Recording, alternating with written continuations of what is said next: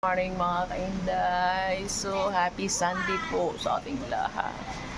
So, dito sa amin mga kainday, isang linggo ng ulan, walang tigil yung ulan. Ayan, ang panahon natin for today. Tuloy-tuloy yung paghangin. Ayan, buti mahina lang yung hangin. Makulimlim yung panahon. Maambon. So, ito yung update natin yun.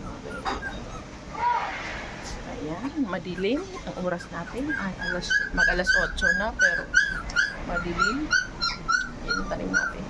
Step knock pa namin dito dahil kasi papasok ang ulan sa loob. Ayan, dito sa kabila kalahati lang takot. So yun mga kainday, mag-ingat ang lahat dahil maraming lugar ang binaha ngayon. So hanggang kailan pa kayo matatapos yung ulan nito? Paano kami makakaalis mamaya tuloy-tuloy yung pag-ulan. Baka mabahaan kami. Ayan, ayan ang hangin.